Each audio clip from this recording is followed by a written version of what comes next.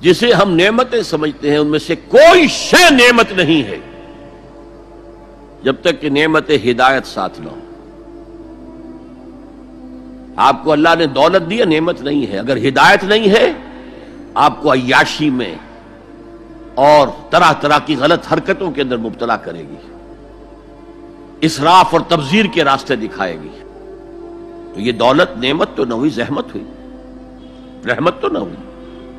اگر اللہ نے آپ کو صحت دی ہے اور ہدایت نہیں دی ہے، آپ غلط کاموں میں اپنی اس جسمانی قوت اور صلاحیت کو صرف کریں گے۔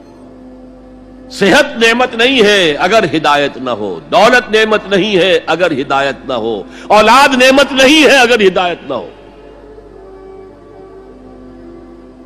اس کے لیے تو مسئول ہو جائیں گے آپ اللہ کے ہاں۔ آپ نے اپنی اولاد کو کیا تربیت دی تھی؟ نعمت ہدایت، ہدایت ہے وہ شے، اس کے ساتھ جڑ کر جو چیز آئے وہ نعمت ہے، اس کے بغیر کوئی نعمت نہیں۔ اور الہدا قرآن حکیم ہے، تو عظیم ترین نعمت قرآن ہے، خیر اعظم قرآن ہے۔ میں ابھی آپ کو وہ حدیث سنا چکا ہوں، هو حبل اللہ المتین وهو الذکر الحکیم وهو الصراط المستقیم، جس کے آخری الفاظ جو ہیں وہ بہت ہی فصاحت اور بلاغت اور اس میں جو جوش اور جذبہ ہے، واقعتاً یہ حدیث جو ہے یہ اپنی فصاحت اور بلاغت کے اعتبار سے قرآن مجید کے بہت قریب پہنچ جاتی ہے۔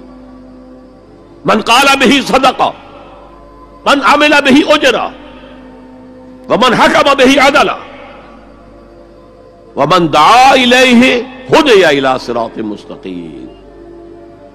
جو اس قرآن کی بنیاد پر کوئی بات کہے اس نے سچ کہا، جو اس قرآن کے پر عمل کرے اس کا اجر محفوظ ہے، جو اس قرآن کی روح سے کوئی فیصلہ کرے اس نے عدل کیا، اور جو اس قرآن کی طرف بلائے کسی اور کو ہدایت ہو نہ ہو اس کی ہدایت تو ہو گئی۔